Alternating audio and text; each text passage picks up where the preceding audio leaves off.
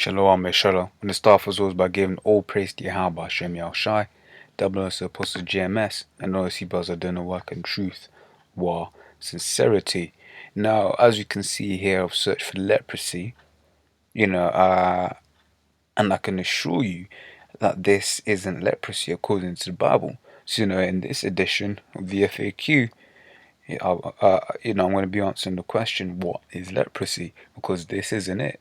I'm not a biologist, but by looking at, if I just showed you that picture, you'd automatically assume that was a cancer of some sort, but then in other places it looks like a flesh-eating disease.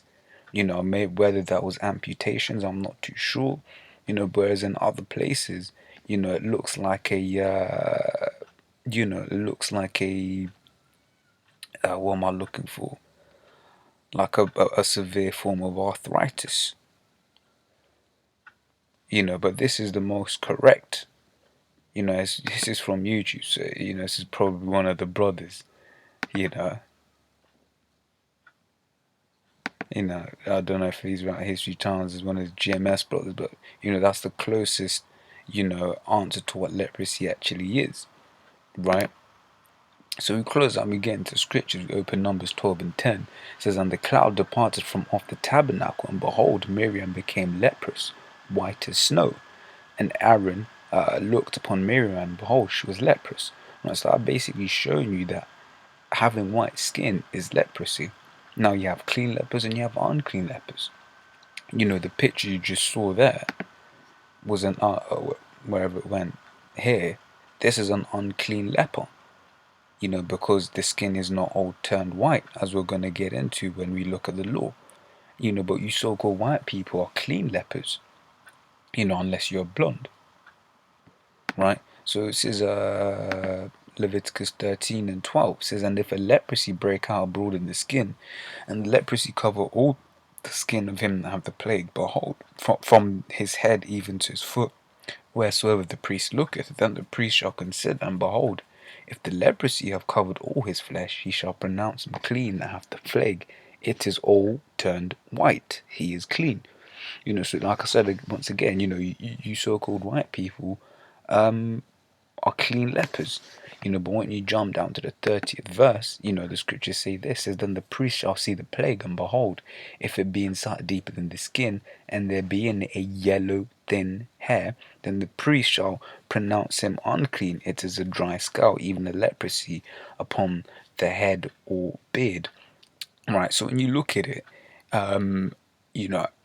having blonde hair is actually a curse. Because it means that you're an unclean leper. And here it is, our women are dyeing their hair blonde, and putting all kind of crazy chemicals to dye their hair blonde, as such, to emulate something that isn't even clean. Because the so-called white man has portrayed himself and his woman to be the beautiful, the beauty in the earth, man. In China and all of them places there, man, it's big business making yourself and look like a white woman. But slowly but surely you're seeing that now, the tables are turning back to the way it should be. All of a sudden, having a big bum, that's desirable now.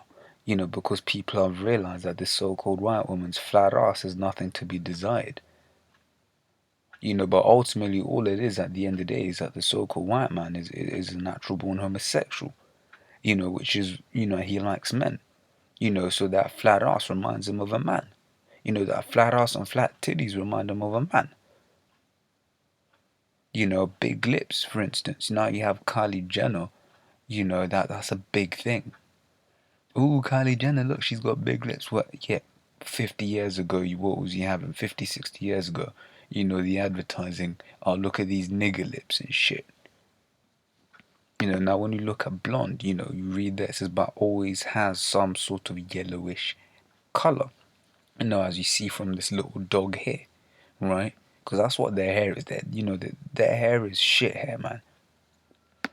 But once again, more proof that this is talking about so-called white people. It says a yellow thin hair. And what do you always see in these adverts? Pantene Pro V. Always talking about, oh, get fuller looking hair, get thicker hair. Whereas Jake women, they have thick hair, period, right? But you are gonna have so-called Jake that look like, that look like Edomites. You know, when you look at pictures of this geezer here, at times you just like, damn, this guy here is you think just saying him, you might mistake him for a so-called white man. You certainly mistake this kid for a so-called white boy, but that's his son. I mean, I don't know if that's the same kid because I know she's got a son with another baller, I believe. But even just there, look at that. You'd say, what's he doing to that kid? You look at that kid at daycare, you be like, damn, I don't want my kid playing with that Edomite. Because at the end of the day, it's all spiritual, and this is proof furthermore, man, that, you can't just look at a so-called white person, and say that's an Edomite. You have to be spiritual about it because, like I said, this here, if that's his legitimate son, he's a Jake. Which is why when we say, Irish people, some of the Irish, we don't have a blanket covering on saying, are you Irish? You're a Jake. We say some Irish people are Jake. And this is why. If you look down, dad, son, grandson.